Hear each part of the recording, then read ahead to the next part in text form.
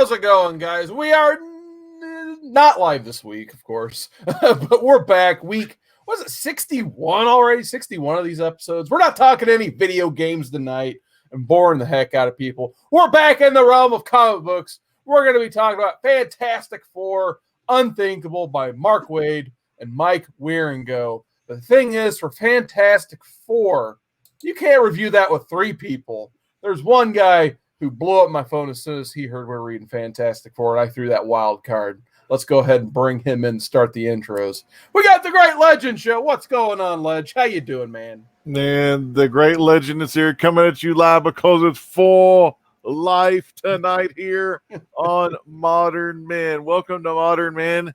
And like Carson said, we're taking a look at some Waid and Wieringo, and we're going to go Unthinkable back in time on the rewind. Seawood 19. Awesome, man. And as usual, we got our usual cast of characters here. Andy, how you doing, man? You look pretty festive today. I'm doing well, but I tell you what, man, the only thing more lit than my Christmas tree is me tonight, and the only thing more fantastic than this read tonight is the fantastic level of beard game happening here with the four of us. Man, that's right, Andy. I think we do got a lot of good old beers. And look at old Carson's beard, man. It looks it's like Carson to Legend to me. Rookie of the year up there. Rookie of the year. Worst year ever. But Dru, how you doing? Oh, man. I think Andy needs to reset his mic. He's coming a little robo style. I don't know what's going on. Somebody called that Peter Weller. I think his beard has grown so long that it started to entangle with his components. Whoa. Oh my goodness. I don't even know what just happened there, but hey, we're probably not going to edit any of this. We're just going to upload it. We're having fun. But all I know is we're reading Fantastic Four, Unthinkable. I believe that's issues 67 through 500. No, we didn't read like 400 plus issues of Fantastic Four. They did the classic. Sir, God, they're not. There's not. I'm full screen. I'm sorry. You know what? I told you I couldn't be full screen, or I'd neglect. Classic. Oh, you didn't even have that thing up. But anyway, hashtag classic. There we go. Had the classic Marvel gimmick of, hey, people like nice round big numbers, but we're not going to leave our titles running for that long. So when a legacy number approaches of the issue 500, boom, it's just going to hit 500 out of nowhere. And then they just kept rolling with it until they canceled the series again in like the 600s with the Jonathan Hickman run. So once again, confusing, fun Marvel numbering, but nonetheless, with tangled within that, like Andy's beard hair, I guess, was a really awesome, phenomenal Mark Waid run. And I guess we'll just kind of get this topic right out the gate. Mark Waid and Mike Wieringo were actually fired after 2 arcs in this run because they had some sort of run-in with then editor Bill Jemas. Joe Quesada was still working with them, of course. I think he's kind of the one who listened to the fans at the end of the day. But yeah, basically, Bill Jemas had this vision of Fantastic Four. He kind of wanted to make it more of a fun, almost comedy-type book where they would go on mishaps and adventures, but more locally, and like their next door neighbor or something was supposed to be the bad guy somehow. Don't know how all that worked, but basically Mark Waid tried to rope in these ideas connected with, trying to meet in the middle, basically. And Bill Jemas, he just did not agree with the run. So he gave him basically up until issue 508, and then he let him go. But fans online caught wind of the firing of Mark Waid and Mike Wieringo, and they petitioned online and basically got them back.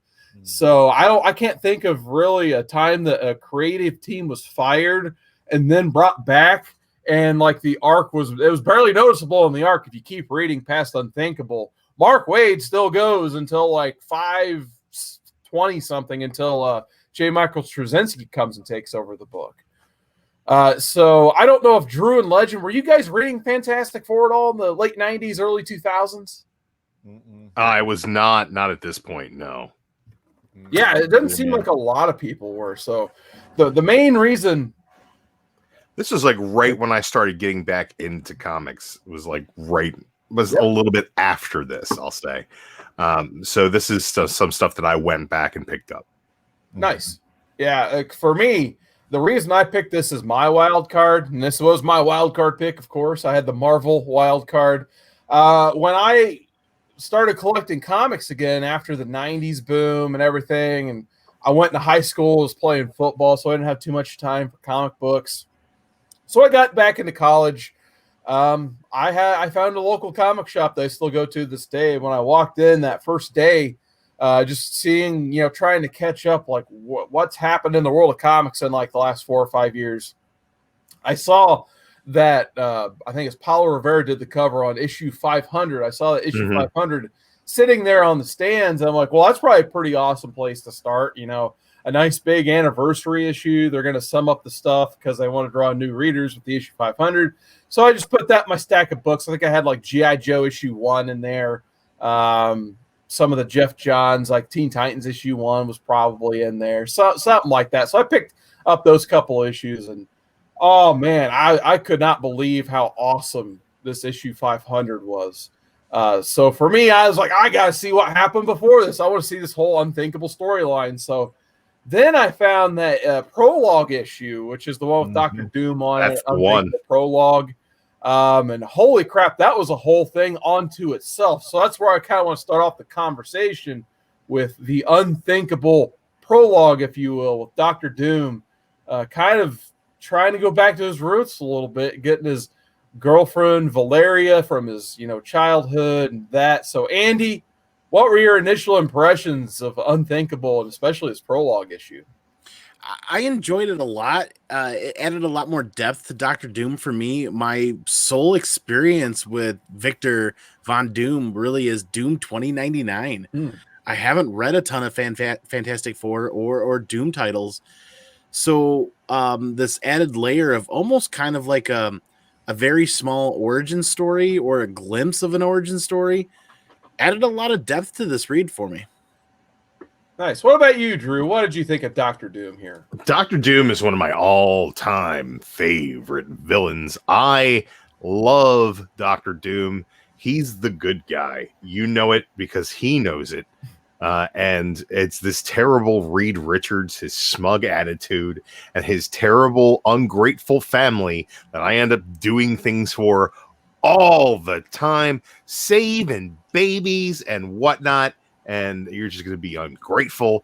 I love Doom because he's the hero of his own story, man. He's just great. Yeah, what about you, Legend? I know you've been reading a lot of the legacy stuff here. What are your thoughts on Dr. Doom? Man, you got Wilt Chamberlain and Bill Russell, the Lakers and Celtics.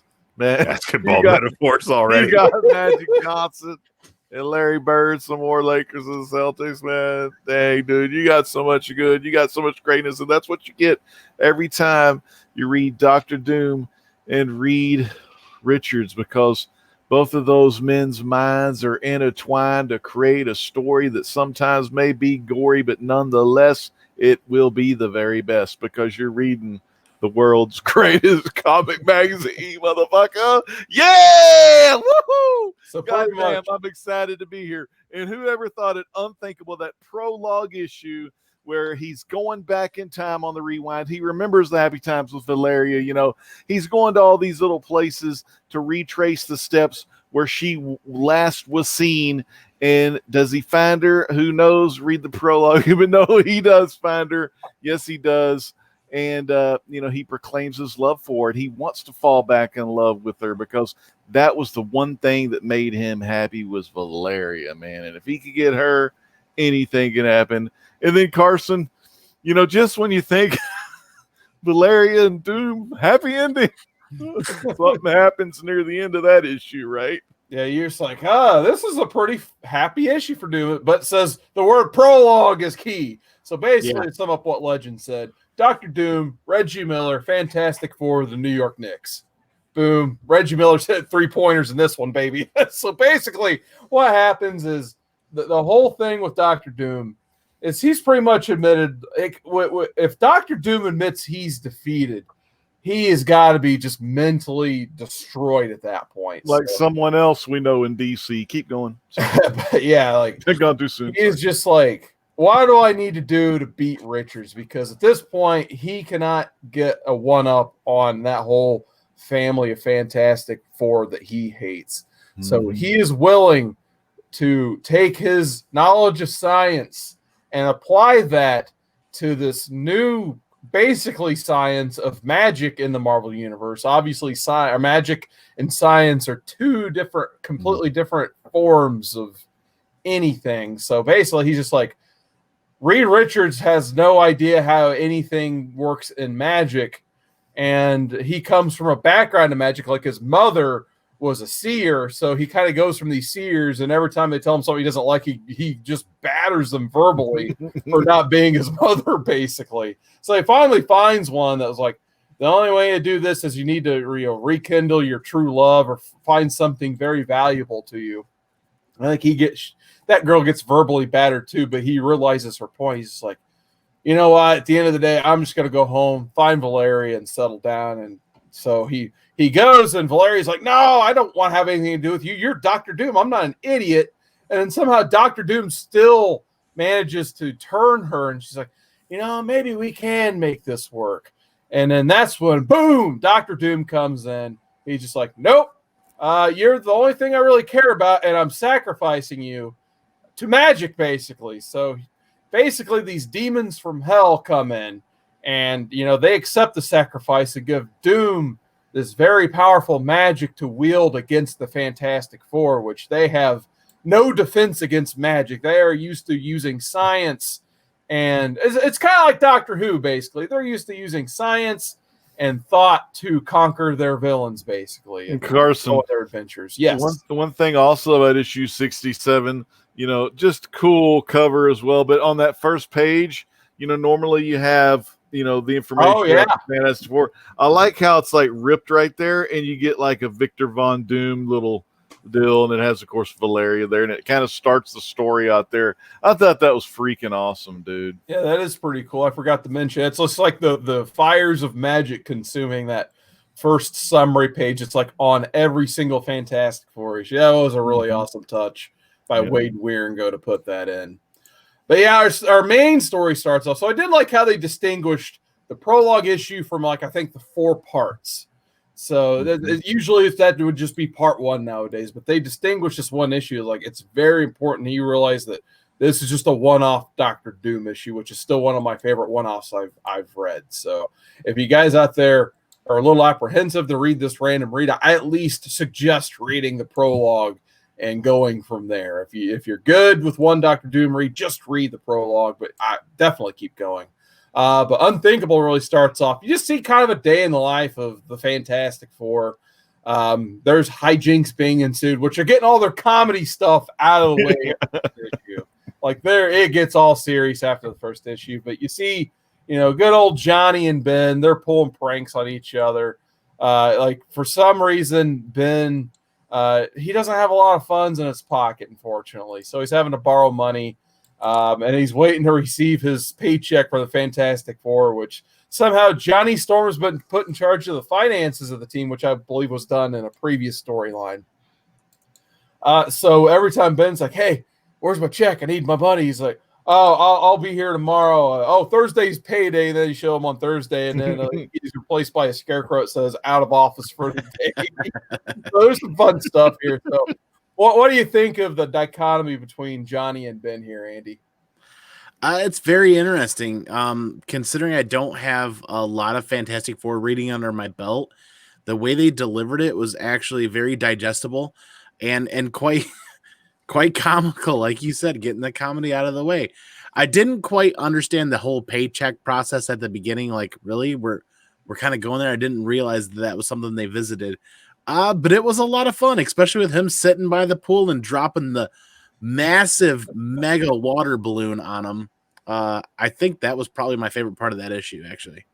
Dude, yeah. I think that was one of mine too, man. Like with the big water balloon, looking like it looked kind of like one of those humongous air balloons you see at those parades. And when it just came down and nailed Johnny Storm, classic water balloon from a high space, nailed the guy down below. What's great about the whole Johnny and Ben, it just never gets old. It's like an older brother and a pesky younger brother. It's hashtag classic, man. It doesn't get any better. And every decade, it just keeps improving. And there's new gags, and it really is. They've built it up also to kind of be like a comedy duo from the Marvel's side of things. You're always going to get a comedy bit or something like that. It kind of reminds me of a, I'm going to say Laurel and Hardy, man. You got Human Torch as Stan Laurel, hashtag. You got Ben Grimm as hashtag Oliver Hardy. But, deep down, though, they love each other, and that's what matters. Drew, what do you think about old Ben and Johnny? I think that this is the perfect icebreaker after that prologue. Yeah. Where Dr. Doom was like, hey, baby, I love you. I love you. You better love me back. You love me back now? Okay, let's Shang Tsung that bitch. Yeah. Shang Tsung, baby, got her. Just take her life. Mm-hmm. Suck all that life out of her. And then you get, horsing around with Johnny and Ben. It's pretty great. I like it. I dig it. I think that this, the thing about this run that I really love, especially all of the Wieringo stuff with the Waid on the writing, is that it's the perfect bridge, I think, from classic 60s and 70s Fantastic Four into the Hickman stuff. I think it's the perfect bridge. Before I read it all, I started reading the Hickman stuff. And then before I read all this stuff, I read back and went to the beginning or as much Fantastic Four as I could. So the fact that this just fits so tonally and so perfectly into that dichotomy of the two different kind of the real modern Fantastic Four and the classic Fantastic Four, this hits all of the notes. It's very, very much a fan service piece. And you get a lot of that in the first volume that I read because I didn't remember what the heck we were supposed to read. So I read all that, and this is all about reinventing the Fantastic Four, not as heroes, but as adventurers more than anything. Yeah. So, and it's cool to finally see their adventurers. Their adventures have made them villains along the way. And Dr. Doom is the most notable. And it's good that he's the first kind of experience they have with a big bad in this run. Yeah, absolutely. And before we keep going, one of the other comedy bits between Ben and Johnny I did want to mention. Legend, maybe you remember this one from I think it was the Marvel Ultimate Alliance game. It's either the first or the second one. Mm-hmm. Like when you're there's one of those main parts where you run around Avengers Tower and you can talk to the other characters or you can start the mission, but there's a voice that'll get on the PA occasionally and make pages. And one of the pages is it's like, oh, by the way, we want to wish Ben Grimm a happy 65th birthday. Thanks, Johnny, for tipping us off on that. Or something like that. I remember that. That was a classic line from Marvel Ultimate Alliance #1 Stark Tower, right when you get to Stark Tower from the helicarrier craziness. But yeah, great game. That would have me laughing every time. But my other favorite part about what's going on here is a little later when you see Johnny, he's just drenched in water from getting hit with that monster water balloon. And he goes to Reed. He's like, Reed, we need to get him back big time. This is one of the worst things he's ever done.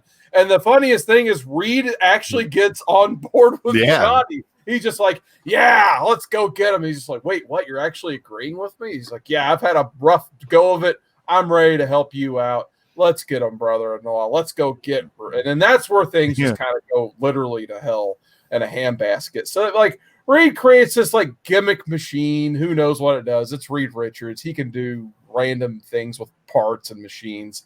And somehow, Dr. Doom uses magic, gets control of this machine, and uses his own magic, filters it into this machine. They don't have control of it at all. And our old pal Franklin Richards happens to be there. I guess if you haven't read this before, he is still pretty young in this. He was responsible for the Heroes Reborn stuff, so he does have that power to create the pocket universes at this point, I believe. But they don't talk about any of that at all, so don't worry about it. Just put things into context. Enjoy. Exactly. Yeah, just enjoy. So basically, Doom uses this new power to immediately put Franklin in hell, basically. But luckily, Johnny is there. He chases. You have a good uncle when your uncle will literally leap into a portal to hell to try to rescue. Unfortunately, the hellfire is so hot it actually burns the Human Torch. So, pretty shocking moment there, seeing Johnny Storm with a burned leg for the rest of the arc here. Meanwhile, the other storyline here, we got Ben. He's collecting that $20 from Sue, so someone actually did get a chance to loan him a bill, luckily. But Ben, he's sitting there with Valeria. She's a baby at this point, trying to get her to utter those first words. And to cut off the first issue is just this grim part of this little baby just saying, Doom. Dude. Now, remember, if y'all ever going to be invited to any more of those mainframe Comic-Con trivia specials, make sure you know Valeria's first word is Doom. Doom. Yep. The old godfather of Latveria there.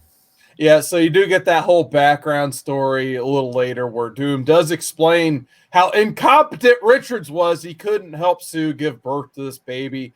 Apparently, they did suffer a miscarriage, which I'm not sure where that falls in the grand scheme of Fantastic Four timelines. But apparently, I don't know if it was before or after Franklin, but he talks about how there was a miscarriage, and then on their next attempt, basically Reed, he just wasn't even there, or Sue, but that's when, Dr. Doom was recruited because he was literally the only resource they could use at that point. So it's like every time they have a baby, the world is in danger for some reason, and they have to do something about it. So Dr. Doom's the one that helps conceive Valeria, thus the name. Deliver, Valeria. not conceive. Yeah. Sorry. He wasn't there for the conception.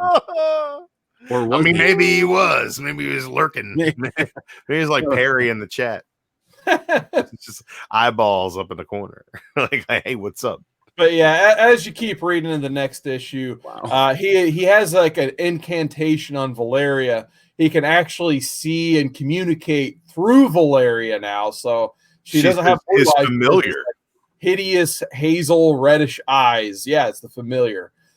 So eventually she starts talking quite a bit to Reed once, the family gets a chance to regroup, try to figure out how to save Franklin. And that's when they realize not only has he cast Franklin to hell, he is taking control over their other child. So Doom that's why I say, like, this is my favorite Doom tale. Like, he holds nothing back. Like, you get dirty when you go to attack a man's family. And that's exactly what he's doing here. Didn't you love when he looked at his daughter's eyes, and then they're like, Reed, what's wrong? What's wrong? He says, hey, Valeria's eyes are blue. And then, of course, the eyes are the color of freaking Dr. Doom, man. And then that's when you know some shit's hit the fan right there.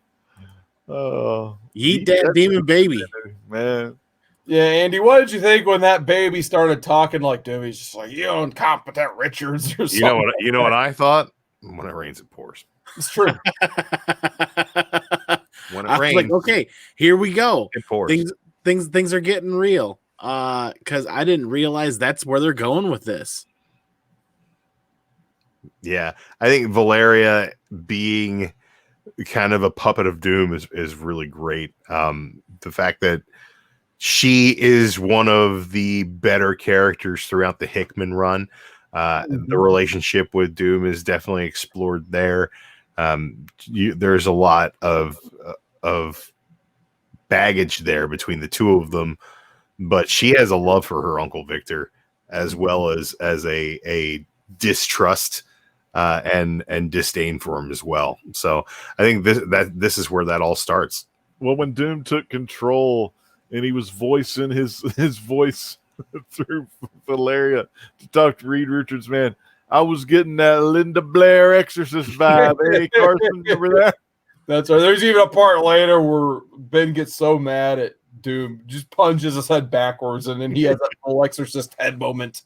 But yeah, that's pretty much the next. All the way around, yeah. That's pretty much the next scene. Like obviously the FF is pretty PO'd at this point, so they just roll right in on his front door. They go to Latveria, and immediately they get just blown out of the sky because all of Latveria now has become anti-science because Doom says so, therefore it must be. So there's no science. There's probably just like a giant electromagnetic pulse field around Latveria. So the second the Fantastic car flies in Latveria, it just crashes and burns basically, which is an indicator of how this fight's going to go for the FF, because they like the first thing he does is like once they start punching, like he switches like their perspective. So now Ben and Reed are actually fighting each other instead of them throwing punches at Doom, and it does not go well. Andy, what did you think of this fight? The fight's pretty epic, but this is where the story kind of takes a bit of a downturn for me. Is I don't know that I've ever read a story where a superhero's pussed out so bad from this point on and just becomes so decrepit and so like not useful to the story. Like, I'm useless, I don't know anything. Like, what the hell happened for this fight was the real turn of events from here on out, where Richards is just like almost useless for an issue and a half, maybe 2 issues.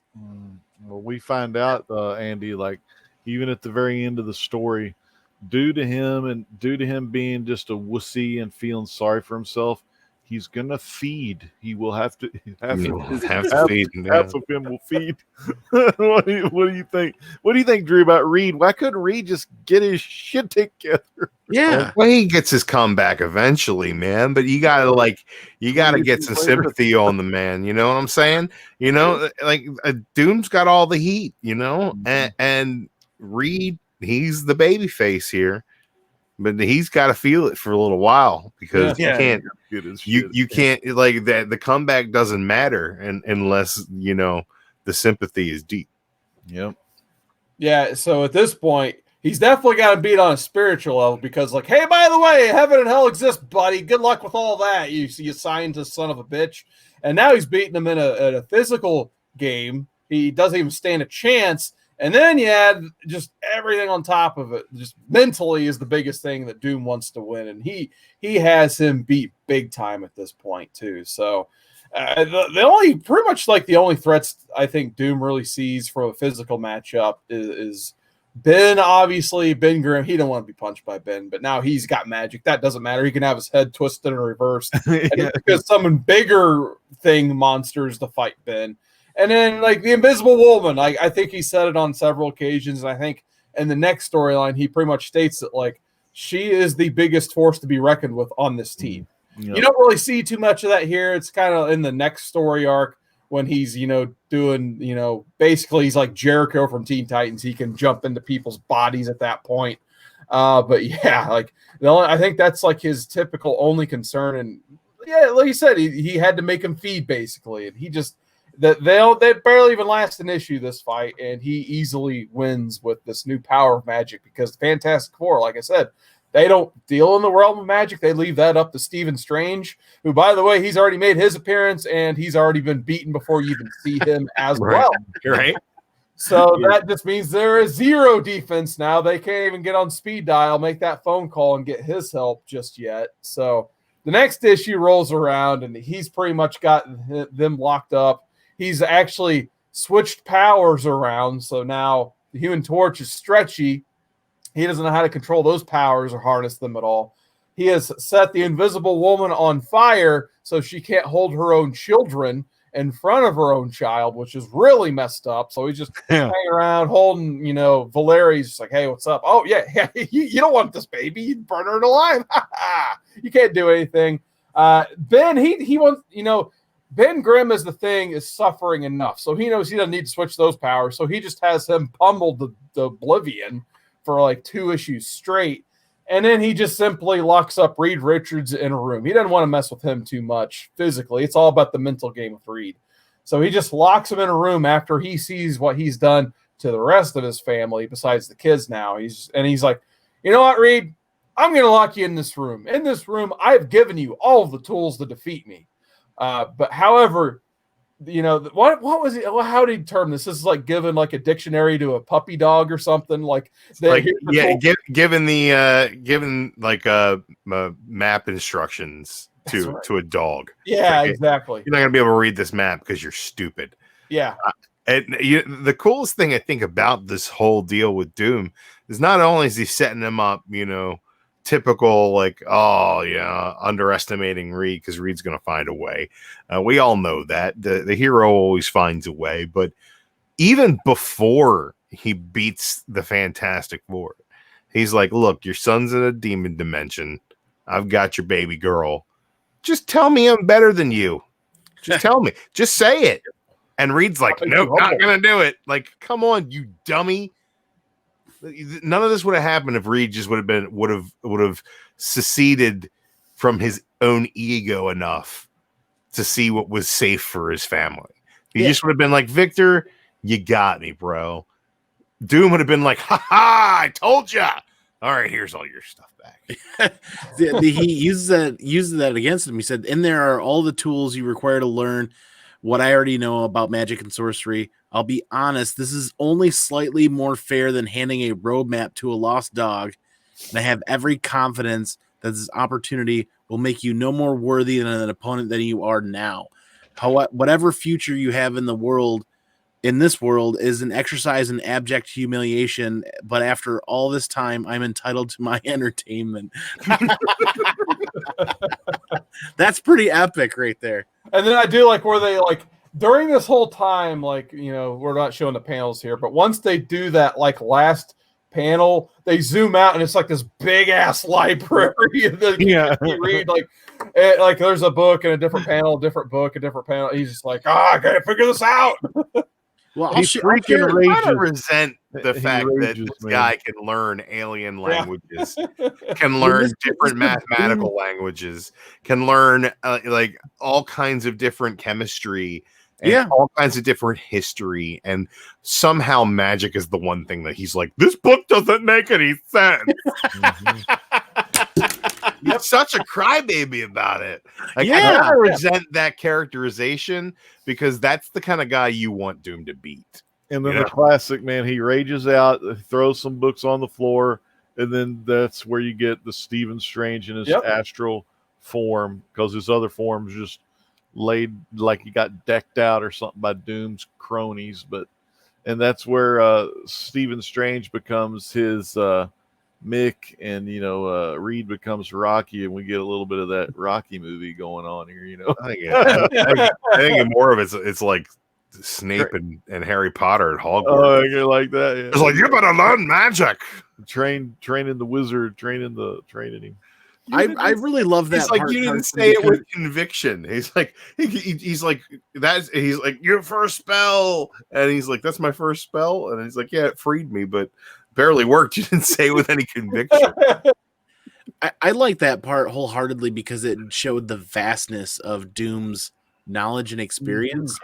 Like, just to put Reed Richards and just shrink him down to this tiny little dude and have this vast, massive, echoing library of knowledge and stuff that Doom knows just to toy with Richards. You can tell you don't read a lot of Dr. Doom, because we all know that Doom is the best. Doom is number one. Doom is the best. Doom is number one. Somebody call Anthony from a real comic book talk. One of a fellow Baltimore folk there for DruManchu. Giving the clap. Anthony, Al, and Daniel, of course. Where were we, Carson? That clap. We just entered into the beginning of issue 500, where Doctor Strange does send communication to Reed to free at least his non-corporeal form, at least, so he can start to assist him. But yeah, this is where you get the whiniest of Reed Richards, and I could just picture that, Benedict Cumberbatch voice going through this, like when he was just kind of berating Tony Stark in Infinity War. You get kind of the same thing here. He's just berating Reed. He's like, you had no conviction whatsoever when you read that spell. And it's like, and then Reed's like, well, look at the handwriting on this. It's different. I could barely understand that compared to this. Well, that has in the world of magic, this, and this apply. Don't ignore all of science, for the love of God. It's not trial and error. This is magic. Say it with conviction. You have to believe it. It has not blah, blah, blah. And they kind of at least do a decent job of explaining why magic and science are two completely different norms, at least in the Marvel universe here. I don't know about nowadays. It seems like with the incarnation of the movies, they've kind of just blended all of the stuff together into one type of thing. But at least in this, magic is just science that you haven't studied yet. That's and yeah, that's the MCU's take, and I think that's Reed Richards' take, and I think that they definitely expand upon that a lot. Exactly. This issue, I love the really cool comedy moment of them. They teleport and they're outside in the street. They're not. They're not in the Sanctum Sanctorum. Yeah. And he's just 70 like, feet away. what the hell? What's going on here? It's ignorant of you to do this to me. And like, he's like, look, I just want you to know that nobody else here sees me or can hear me. So they think you're yelling at them. And this one dude's like, Mr. Fantastic is a jerk. Speaking of that, I like how Doom definitely points out, like, didn't you name yourself Mr. Fantastic? Like, I don't think you're fantastic at all. You freaking huge Mr. Ego, more like it. But that issue 500, that's one of them big old issues. I mean, digitally, I think it said 38 pages, but dude, that was a damn 50-page book. You know, I tell you, one of the best. And Carson, there was a special variant cover that came out for this issue 500, wasn't there? Yeah, it had like that foil type variant. It's got Dr. Doom on there. It's shiny. It took me about a decade to find that one. I wasn't going to overpay for it because I knew like after a while, not too many people even remember this read. So I think I ended up paying like $5 for it at a con.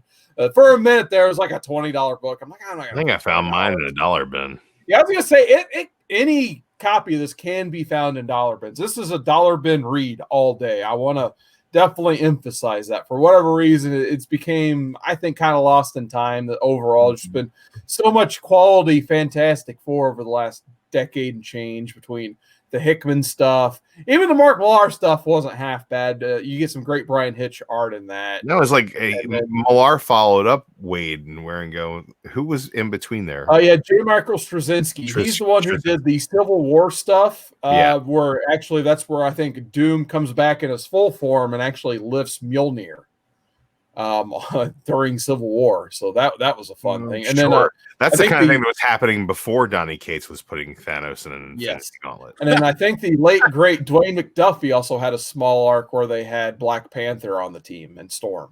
And what's really hard about it, Carson, and you mentioned the Black Panther with Black Panther and Storm being a part of the team a little bit after Civil War.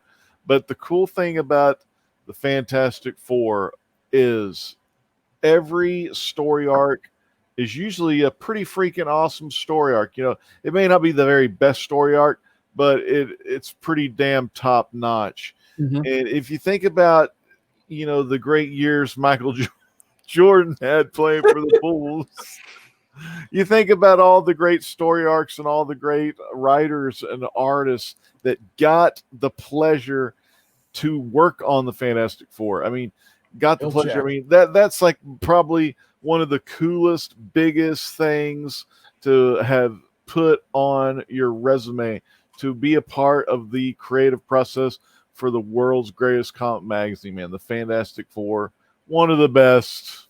What would you say about that? What would I say about it, man? Dude, Fantastic Four. God, we need a good Fantastic Four movie. Yeah, it's coming. It's coming, man. It's going to be classic. I want to see Emily Blunt. I want to see old John. They're going to put. I hear that Lady Gaga is going to be in that movie. Wait, she's been cast as Valeria, and they're going to Shang Tsung that bitch. God, I don't know, man. Heard it here first. Fantastic Four, though. Not true. I mean, that all up. You know, another thing about the Fantastic Four, I don't understand. I don't really know why that it's not like one of the top reads. You know what I mean? I guess people are just interested in other things, like I guess other heroes. But a Fantastic Four, I believe if Fantastic Four did have a great cartoon TV show, God, that Inhumans, they dropped the ball with Inhumans. God dang it. Look, man. I think that the issue with Fantastic Four is that people don't realize when Fantastic Four is at the forefront, because the Fantastic Four was at the forefront of Hickman's run on Avengers and New Avengers leading into Secret Wars. The basically Secret Wars was a Fantastic Four story. Yeah. They brought them back in a big way and gave them a lot of support with the beginning of the Dan Slott run. That has continued to be celebrated. We just got a big Fantastic Four event in Empire, had a lot of Empire Fantastic Four ties in. So like Fantastic Four has been like at the top of the list of what Marvel's doing stuff with. Like you say Fantastic Four and Avengers are kind of on the same level right now. X-Men's kind of stepped it up as far as the comics are concerned, because they're just selling so many different X-Men comics right now. So it's kind of hard to compete with that juggernaut. Literally hard to compete with Juggernaut. I do like Juggernaut. That's a cool character, right? And the Ron Garney art in the new run is actually really, really good. But beyond that, I think Fantastic Four is like, I would say they're kind of the B-list players right now, where like everybody else is there except for like you would say X-Men and Venom are kind of on another level as far as Marvel promotion, but everything else is. They really shouldn't be. They really shouldn't be. And then one of the major differences when I look at some Fantastic Four stuff and I listen to you guys talk about Fantastic Four, one of the things that sticks out to me is I don't see a creator doing the spokesmanship and the sales work that some of these other creators on these other titles are doing. You know what I mean? As far as social media campaigns and sticking everything out there, and like look at what Donny Cates does with what he's doing. Right. Every issue is the next big issue. That's just not that's not how Dan Slott is writing his Fantastic Four run. His Fantastic Four run is very much in the vein of like 60s, 70s. Yeah, but I mean, he writes it how he's going to write it, but he's not promoting it like these other creators are promoting it. I think he does. He talks about it a fair amount, but I just think that it's not the same thing, because the Fantastic Four has so many periods of fandom, because it was the first, is basically the first Marvel, like Fantastic Four was Marvel Comics. Say what you want about the Avengers. The Avengers got villains who showed up first in the Fantastic Four, right? Yeah. Fantastic Four was the Marvel Universe. It set up the cosmic Marvel Universe. It set up the first alternate universes. When you think of Marvel right now, top marketable characters, Black Panther's at the top of that list right now. Where did he first appear? Wasn't in Black Panther #1. It was in the pages of the Fantastic Four. Dr. Doom, Fantastic Four. The Inhumans, Fantastic Four. Every technology-based villain, Galactus, Silver Surfer.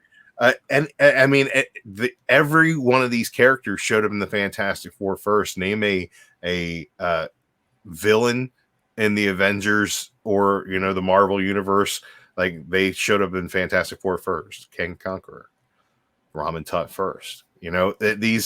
These are all they're from the Marvel Universe, which was the Fantastic Four. That's the playground that Stan and Jack played in. That's the playground that every one of the creators in the 70s was playing in, creating all these different characters. I think that when you look at it that way, like Fantastic Four has had such a long run. Even like my favorite Fantastic Four stuff is the Hickman stuff. I love the way that they expanded on everything that's been done before, but into different directions. I would say that there's so many, like a lot of people love 80s Fantastic Four. Hell yeah. Love John Byrne. I freaking John Byrne Fantastic Four poster hanging over my couch right now. It's one of my favorite pieces of art that I have. Dude, I remember that camera angle. I miss that camera angle. I miss seeing Dragon Man on that kick-ass Fantastic Four poster. I got my Don Rosa over here on this one. Well, that one is pretty and my signed Steranko print. So I mean, you win some, you lose some. But like the way that I see Slott's run right now is it's very geared towards the classic Fantastic Four fan who is not looking for that big Marvel tie-in, but is looking for kind of smaller stories being told with these characters. And yeah, you can do something cosmic and epic, but you can do it in a 3-issue arc and then turn around and do something different. I think that right now the Marvel universe isn't as zoned in on that, and I think that when they do things like Empire and they bring the Fantastic Four along, that's great. When you do things like Secret Wars and you bring the Fantastic Four along, that's great. But there aren't a lot of younger readers who are into the Fantastic Four right now. I think that the way that book's being written, it's being written for classic fans. I'm just saying, I just want to say that they're just not pushing the promotion like they are with some other stuff.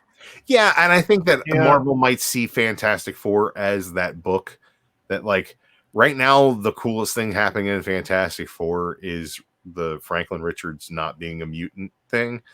And that, I mean, that that can't overshadow what's going on in X-Men, because what's going on in X-Men is going on in 30 fucking books, you know, so you can't. Right. So like there are certain things that you kind of need to work around. So I think that they're kind of doing that so they can tie Franklin into more stories that are more grounded and smaller, and he doesn't have to deal with all that X-Men stuff until Hickman's like, okay, it's time for me to use Franklin.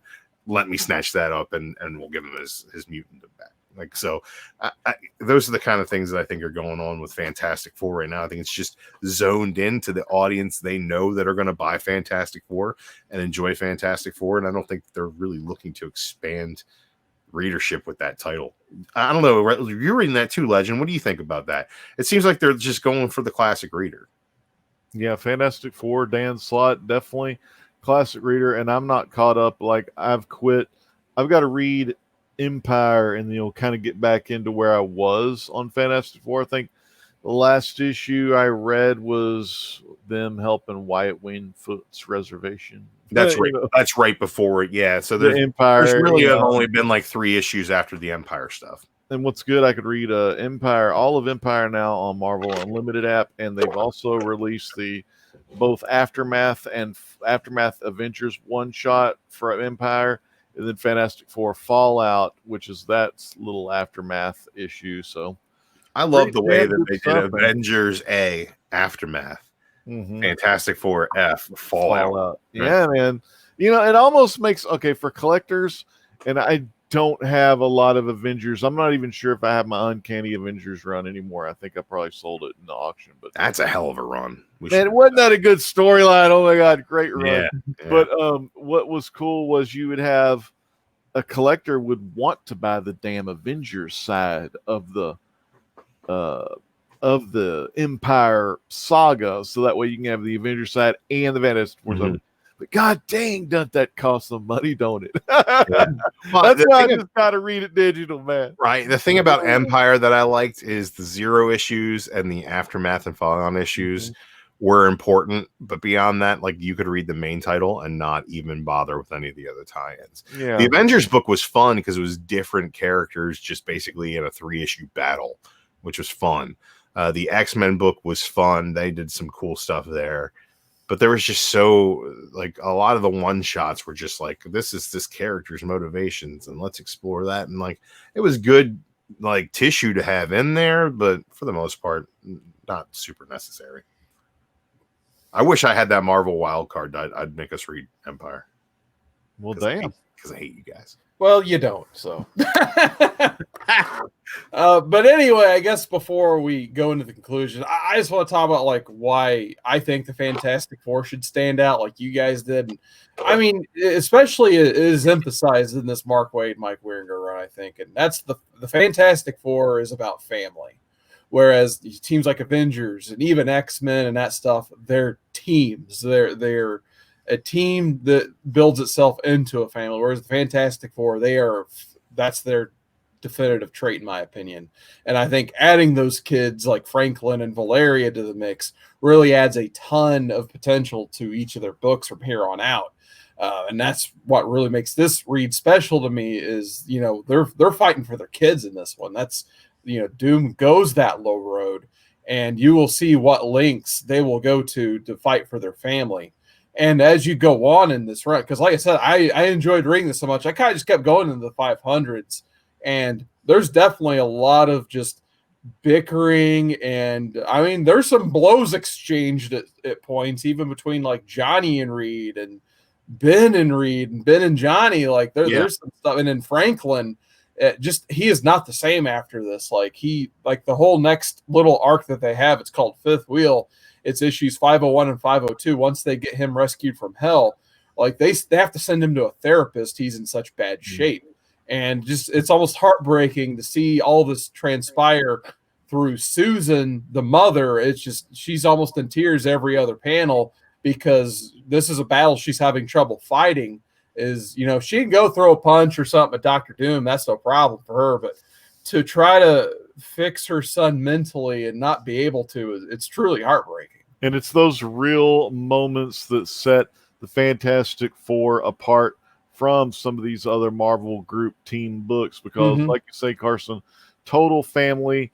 And like you said, their son, you know, getting dragged to hell, you know, Sue Storm crying on every other panel. That's what all the families have been going through. All the folks' kids is in hell, and they're trying to get back to reality. They ripped the damn door off the plane of the airplane. And there's a really cool scene in issue 502 where, you know, eventually Franklin does have that breaking point in public where he's just like, everyone needs to get away from it, blah, blah. Like he's screaming at the top of his lungs. He's even screaming at Ben, his uncle Ben, he is lashing out at. And that Susan actually steps in and explains, you know, the lengths she will go for her son.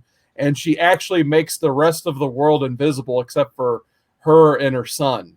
And then, that's a very powerful panel. Yes, absolutely. And it just shows them hugging on that panel.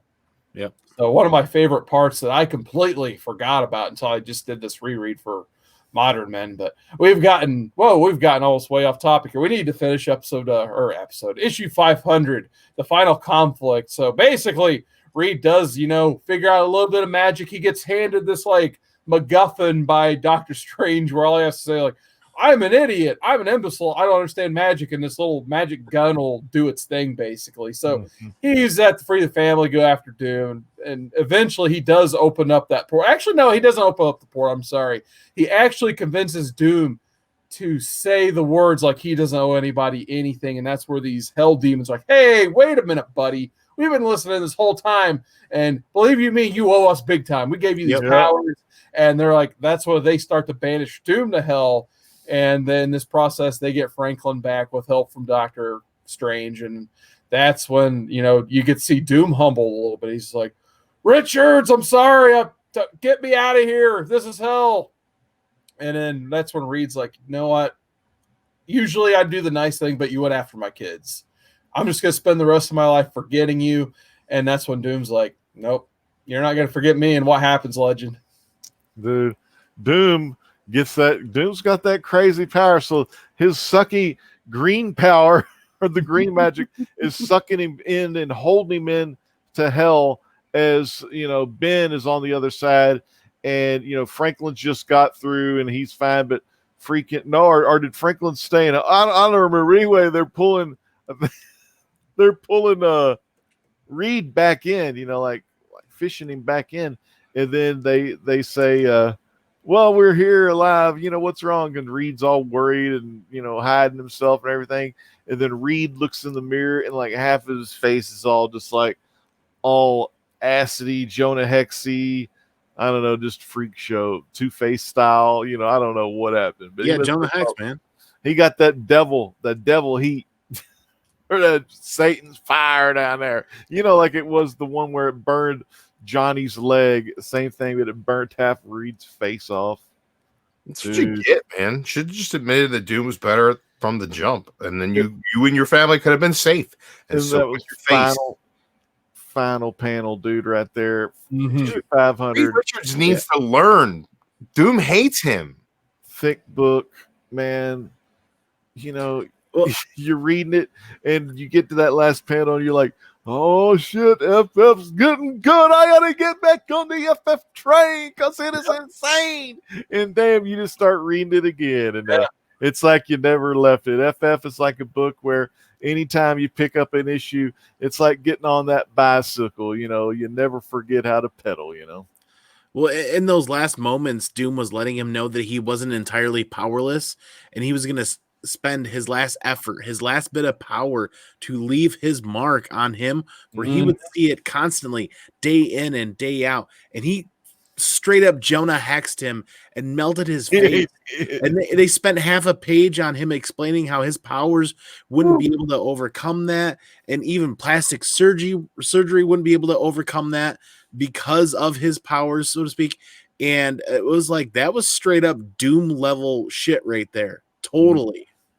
Made him feel it, just as he had blamed Reed for altering, some of the equations on his initial experiment that, of course, disfigured Victor's face. I mean, so in the back of Victor's mind, he's always ready to fuck Reed in the face. Sorry for my French, but Doom always wants a little bit of that revenge, Yeah. Yeah. So if you guys read this on Comixology, I believe it's in an Ultimate Fantastic Four collection, Volume 2, which also has included the Fifth Will storyline of 501 and 502. So, Andy, I think you got a chance to read that. What did you think? I read that, and that was heartbreaking as a parent to sit through and to watch. And the panel that you spoke of right here, that panel where mommy will make it all go away, I promise.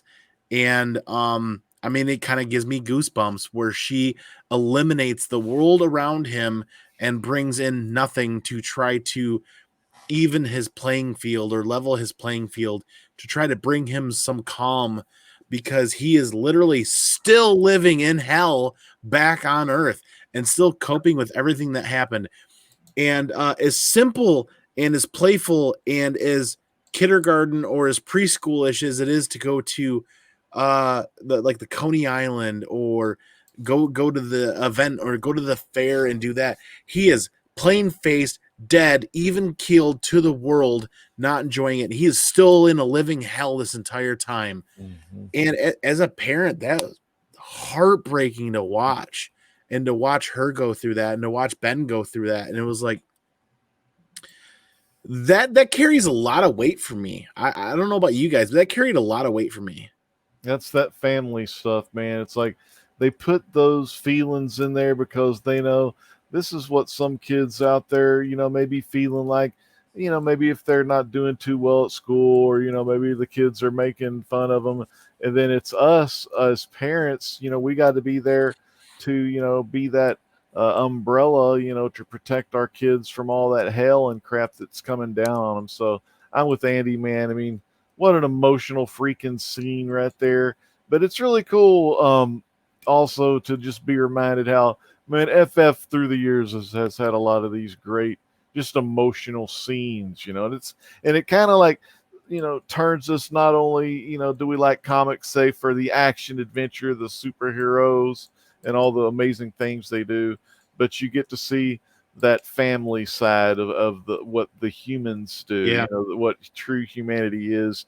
And damn it, if they don't just knock it out of the freaking park every time in FF, and it's great to see other books do the same thing, but man, FF does a great job because it really makes you feel for what the Richards family is going through, Yeah, and you just see the physical toll in these next two issues that took, like, and the person who's narrating most of these two issues is Ben Grimm. Like, he's so angry that they got their asses handed to him. You just see him, he's sitting there writing in his journal, and he just has all these broken pens on his desk from him just trying to get his frustrations out in journal form, basically.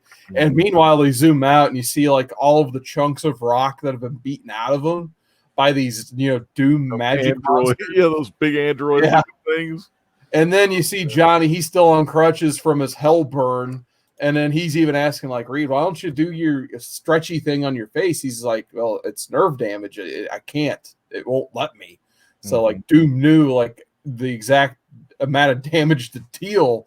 And then, of course, the whole stuff we talked about with, Franklin at the fair with Susan and that whole heartbreaking scene where they eventually do, with a big help from Ben, they rein him back in into the real world and that stuff. So a very good issue. I can't believe I kind of forgot about 501 and 502, but because Comixology included them, I just read them on Marvel Unlimited. I was like, Andy's probably going to read this, so I need to read this too. And I'm so glad I did. So I don't know if you guys down below read it, but definitely, I mean, you can read it real quick. I didn't read it, but yeah, I saw it. I saw 501 and 502 because for whatever weird reason, I kept clicking next issue, and Marvel Unlimited wanted to skip out of order. It wanted to skip to like 504. Yeah, exactly. Like that. So, and then when you click previous, then it kind of started working again. So, what's going on here? No, but I never did read it. But man, from the panel, that wasn't Wieringo though, was it? No, Wieringo on the art. goes off. Yeah, the art wasn't. It was okay, but it wasn't Mike Wieringo. I thought it was solid, but I couldn't remember who did it. Yeah, I couldn't either. Andy, now, what about that time jump? And what about him, Richards, clipping off a bit of Victor's hair? We never saw what came of that. Oh, that's right. They going into the authoritative action storyline. That's where Doom kind of comes back, and he has these like Jericho-like powers from Teen Titans, where he can actually body hop into characters because Reed was meddling. It somehow, I think he somehow convinced Reed to kind of bring him back, kind of like Doctor Strange was in issue 500. That's how Doom gets to come back now. And eventually he comes back in Sue. So, like I said, he considers Sue one of the most powerful characters.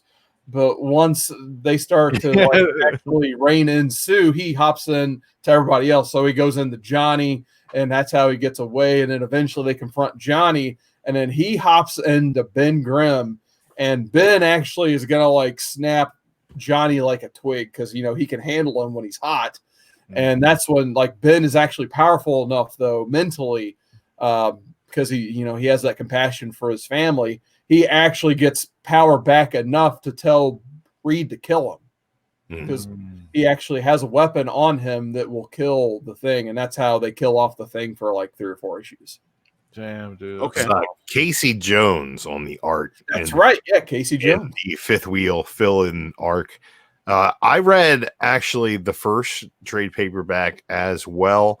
And the thing that I loved about it more than the first Waid Wieringo arc is that Mark Buckingham does the art in the 2-issue fill-in and is really phenomenal on that as well. So I think all the fill-in artists do a really adept job of filling in for Wieringo along the way. But I love the Wieringo art in this. Really, really dig it. Absolutely. All right. Wow. And I want to emphasize this. This was a very quick read, by the way. I can't believe we've actually talked about this for over an hour at this point. It's impactful. Yeah, it is. Absolutely. So, I had to do it for the culture. Yeah, if you guys are just tuning in, I highly recommend just giving this a read for yourself, or at least, like I said, either the first or the last part of this arc. But yeah, you'll have no problems getting through this. And like Andy said, it's a very impactful read that, it'll actually leave you thinking about what you just read for a while after. So let's go ahead and give this one a score. So Andy, as usual, we'll go ahead and start with you. I'm going to give this a solid 9.0. Why? Because of my inexperience with my inexperience with Fantastic that's the Fantastic Four. But we just spent an hour talking about this book, and it was almost a solid hour before we even started talking about the art. The art was okay. It did what it needed to do, but it didn't blow me out of the water. And if it wasn't, we spent an hour talking about everything except the art. We literally just started talking about it 2 minutes ago. So that's why I'm at a 9.0. If it was the art did what it needed to do, like I said, but in the end, it just kind of there could have been a little bit more. There really could have been a little bit more. But that family aspect of this book is gonna turn me into that Fantastic Four reader. Being a parent and being a family member is gonna totally suck me in and pull me into the Fantastic Four universe more so, and make me want to explore this a lot more after this read. What about you, Drew?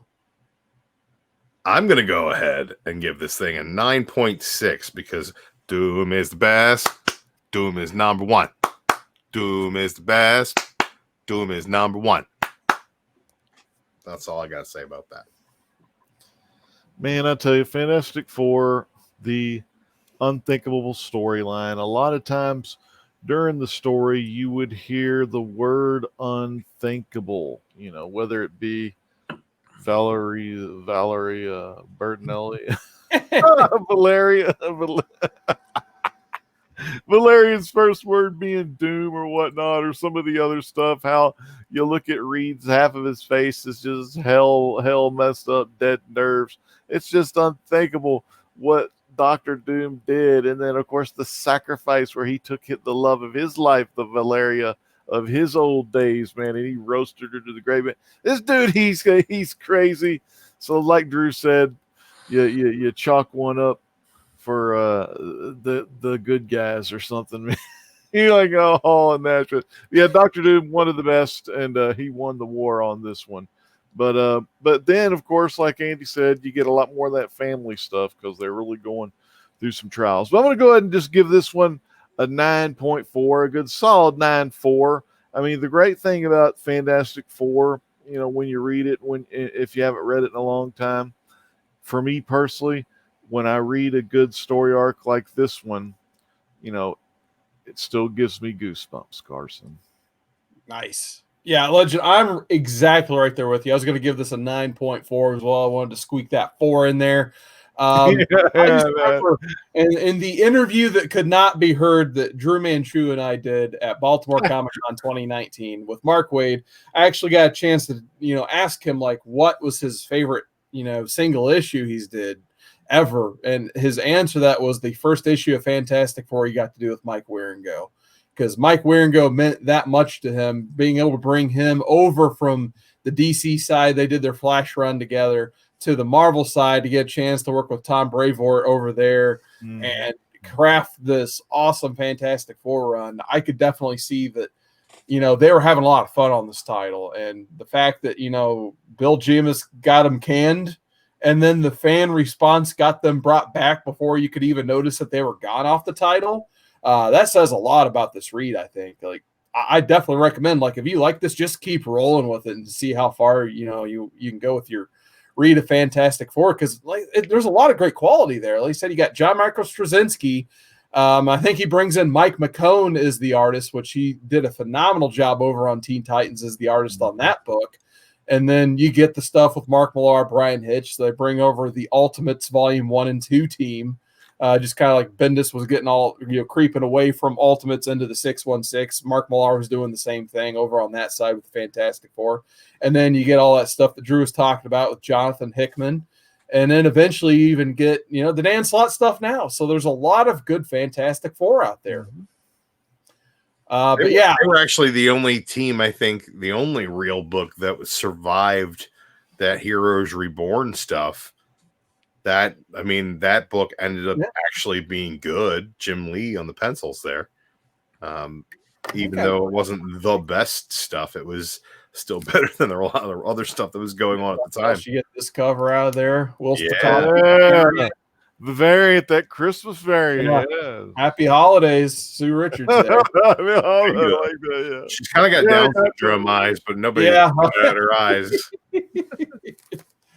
But yeah, I love this. I'm glad you guys enjoyed the wild card pick. Hopefully at least one person out there gets a chance to read this and enjoy it, because I think it's definitely one of those, like, I feel like it's somehow kind of been lost in time, like I said earlier, with all the other great FF stuff that's came out, and it's definitely all the time. You pick this book up and you know when it was released. I don't even know, but I'm going to say right now 2001. I think it was like 02, 03, somewhere along those lines. Yeah, it's definitely of a time. You pick it up, when you're reading, but at the same time, it feels timeless. Yeah, it does. All right, so I was planning on spending a lot longer on the topic, but since we're already over an hour, and to be honest, I didn't have a lot planned anyway to talk about. We're going to talk about some of our favorite reads we did in 2020, maybe some of the disappointments we had in the year 2020 as well. So looking back on this year, do you guys have one book that stuck out to you that you got a chance to read? I'll just start with mine. What do you guys think? Of course, you know where I'm going with this. But my favorite book all year, I wore the hoodie. It's got to be Teenage Mutant Ninja Turtles. coming out of that City at War storyline very early in the year, they had a lot of momentum that they easily could have just crashed and burned and went back down this rabbit hole. I'm not going to say too much about the storyline because Andy over there is reading it along with me on Turtle Talk Tuesday, and he hasn't caught up to the point where I'm at yet. But they actually have crafted a really awesome book, in my opinion, post this City at War storyline, where they've completely reinvented the book from the ground up, basically, through the art and now the writing of Sophie Campbell, to where they have this entirely huge roster of mutant characters to pull from. And I really respect the amount of, story and plot turning they've done in that book to get to where it is today. So where it's not just the Four Turtles anymore. They've just really took the core principles of the Four Turtles and built on them exponentially at this point. So easily, it's like the only book I really go to the shop on Wednesdays for anymore. The other one that I could probably say it sticks out to me and I think really hit its stride in 2020 was the book Ice Cream Man. Even though it's still like a book of individual issue stories and it's anthology based, I think this is the year that Ice Cream Man turned a lot of people's heads to where that first issue, it's really got a lot of heat this year because people are kind of like realizing, oh, wow, it's a really good book. And it doesn't seem to be going anywhere. It looks like they're going to be around for a while. So why wouldn't I want that first issue? It's the 2020s version of Tales from the Crypt. Yes, the absolutely. anthologies are back. And if you want the horror / Twilight Zone / Alfred Hitchcock / Rod Sterling, because I like mine with a T, then you'll want to follow the Seawood 19's recommendation and pick up. Did somebody call the Ice Cream Man? So those are my two 2020 recommendations. So we'll just go around the horn here. Andy, do you have any books that you want to recommend that really stuck out in the year 2020 for you? It's so hard to pick. If I had to pick one book, Gideon Falls probably really hit its stride in early 2020 and really came through the rest of this year and really delivered a fantastic story. If I had to pick, I can't pick just one really amazing Modern Men episode this year. I mean, we had Batman Court of Owls was fantastic. We followed that right up with Why the Last Man was awesome. We had some great Superman reads, Kingdoms Come Special. We did a lot of great episodes, and I can't pick just one Modern Men episode. It's fantastic. You go back into the early part of this year for Modern Men, there's not a bad episode that we did, guys. There's not a bad read that we did. There's so many good things. Doing a couple bad episodes. I had to read Dark Empire for this year. Yeah, did we read Reaver? Didn't that happen? That might have been 2019. That was 19. Reaver was the tail end of 19, I think. I feel like that's like the bottom bar for Modern Men reads. Is if it's what was worse than Reaver. I think it was Tornado's Path was probably the bottom part. Oh God, no! That was a 9.4, man, all day. I remember watching JB suffer through that. He didn't even finish. What was the Superman episode we did where that cover has him sitting on a cloud? That's All-Star. Yeah, All-Star. Superman All-Star, I think, was my favorite Modern Men read as a group. That's a Morrison, isn't it, Carson? Yeah, great. Yeah, Morrison. Morrison. One of the probably the best Superman run you're gonna find. Yeah, that's to this date for 2020, because I think that was the beginning of 2020. That's my favorite Modern Men episode that we've done. But my favorite individual book so far has got to be Gideon Falls. Nice. Damn good book, man. Well, for me, it'd have to be the Grant Morrison and Liam Sharp Green Lantern stuff they did throughout 2020. Most of it was season 2, which I don't even know what the hell I'm on, but man, the whole Grant Morrison and Sharp combo pack we've been getting with season 1 and then the Black Stars. I mean, it's just like that Buck Rogers, Han Solo style swashbuckling with spacesuits, man. That's how Hal does it. And of course, Shazam, kick ass as always. Predictable, in the storytell direction, just because they never go past what it seems to be like 12 issues. So, when they're wrapping stuff up and, some of the things they are going with. So kick ass, but yeah, like I said, predictable. And Fantastic Four still kick ass out of the gate. Dan Slott still got it going on. And then for Marvel themselves to include the Fantastic Four in that Empire storyline, it just, speaks volumes to me as a Fantastic Four fan that, Marvel still is going to be showing the folks that got them to the dance a little bit of love. And also it cements what we got going on in the future when Fantastic Four gets that long-awaited movie in the Disney's Marvel MCU, man. So yeah, it's going to be good shit. What about you, Drew? I know you said there's a lot of stuff you enjoyed in 2020. I enjoyed a lot of stuff in 2020, and I'm an event comic guy. I've enjoyed Death Metal, even though it has been the longest, most drawn out, like 12 issues, or is it 8 issues? Or I don't know, but look, it's an 8-issue series, but if you want to get the full experience, there are 48 $10 one-shots you need to buy. Holy shit. Joker War was fun, if not completely empty, and devoid of any meaning or any significant change to the character. It was still a fun, really well-drawn story arc, with that really great Jorge Jimenez Batman art, which is just freaking-tastic. Did you like I don't care what you had to say about that story. Did you like Three Jokers was an abomination. Jeff Johns should never write comics again. Sorry. See ya. Bye. I don't need you. Nobody else needs you. Go the fuck away. But when you talk about events, you got to talk about the event company, and that's Marvel. You got the Empire stuff, right? You got the Ten of Swords event. You got Null. I don't know if you guys heard he's coming, and the King in Black. Yeah, there's all kinds of shit going on, but I'm going to tell you right now, we also had a pandemic which stopped the shipping of comic books for like 4 months there, which nobody knew if the industry was going to survive. But I'll tell you what happened is X-Men didn't miss a beat. X-Men was the best 5 issues tying into the Empire event. X-Men gave us the Ten of Swords event with their entire run. But if we're just talking about X-Men, the main title, we got possibly the best character arc in the history of the character Apocalypse. Really, really fantastic stuff. Jonathan Hickman has been bending space and time to give us a wonderful story full of magic and intrigue and betrayal and love and family and all of these things. And not surprise aids, unfortunately. He doesn't have that Kevin Smith level of articulation of problems in people's lives, but at the same time, X-Men didn't miss a beat all year long. It's been fantastic. Lionel Francis Yu on the art has been really great.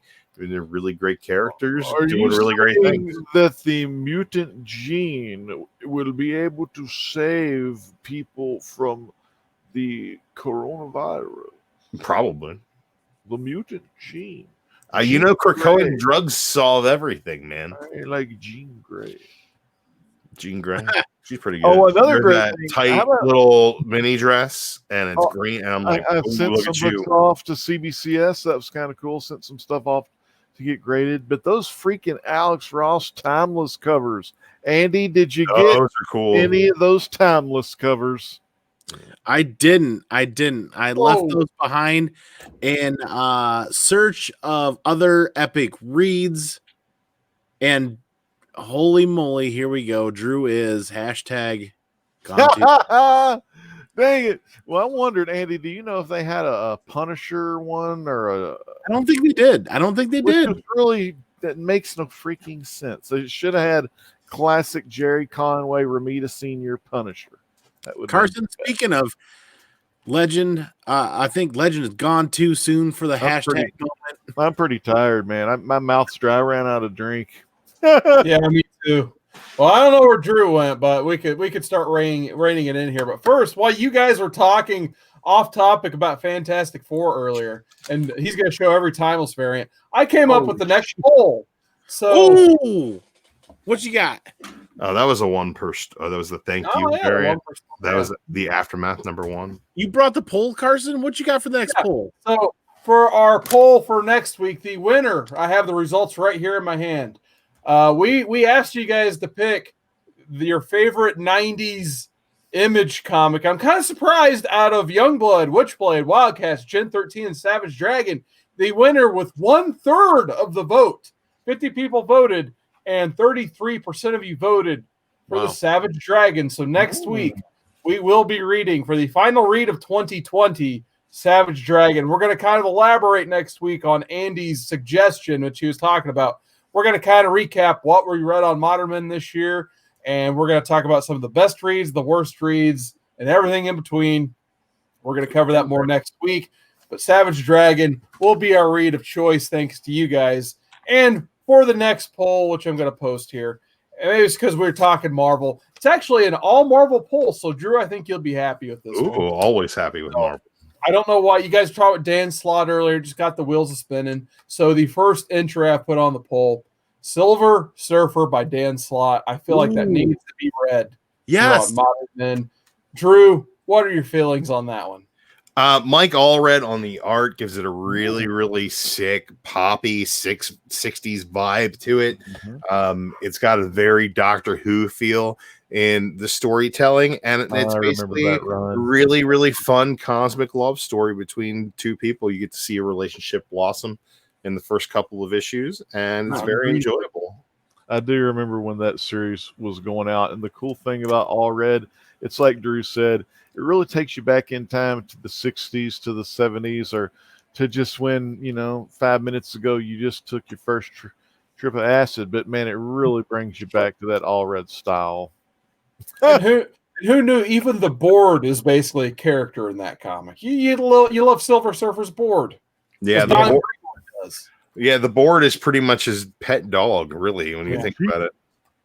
Yeah, basically it's the TARDIS. But anyway, we'll keep going. The next one, Captain America by Ed Brubacher. I want to read that first storyline. Brubacher, it's a classic. Yep, Steve Epting does his best work ever on that book, in my opinion.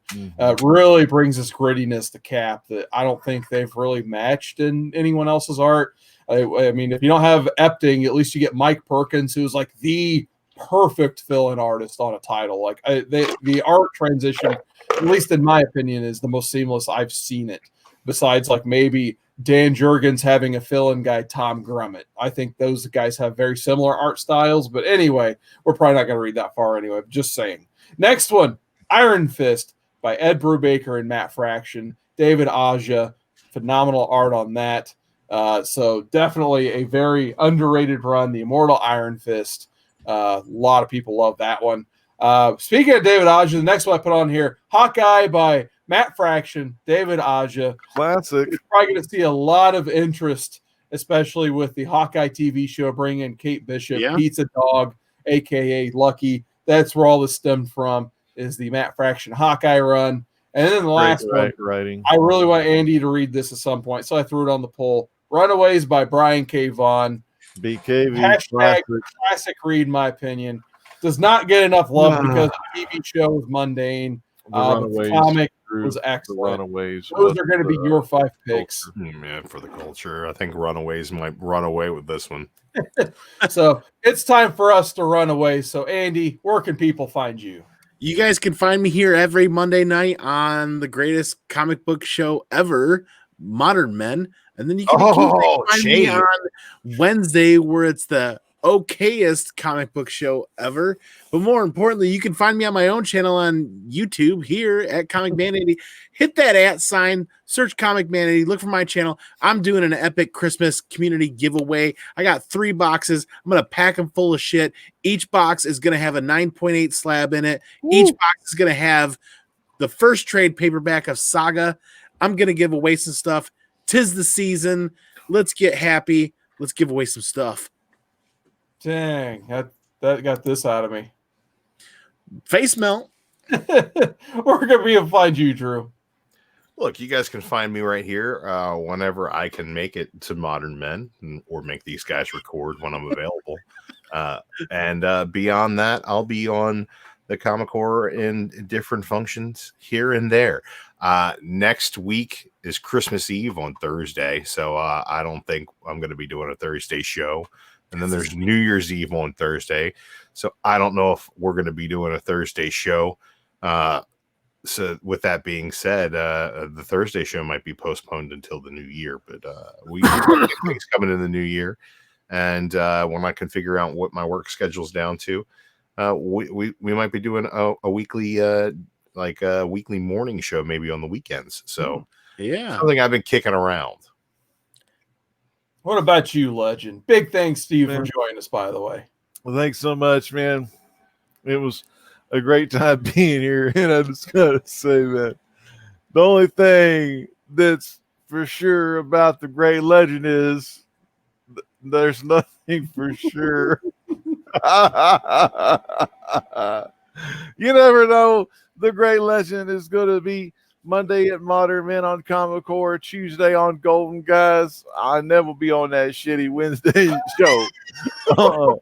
Thursday with Dru and Chaos and Cantu, or with ComicManAndy when the Andy Given Thursday come back on a special time for a special round, or the Fridays roundtable. That's where the Great Legend's going to be. You can also find me over there at the Great Legend Show. We have a lot of good fun over there too. So Carson, again, Fantastic Four, the Unthinkable story arc by freaking Waid and Wieringo. Two of the best, two of the finest. And everyone out there that has stayed this long, thank you so much for watching the whole show. And go read The Fantastic Foe. And yeah, you guys can find me. Just search CWoodard19, YouTube, Instagram, Twitter. I can be found on all those. PS5, Xbox, why not? All that fun stuff. Yeah, I usually have the Tuesday night live stream, 7 p.m. Eastern, every Tuesday on my channel. Until next time, guys, big thanks for joining us, and we'll catch you next time. Newsstand.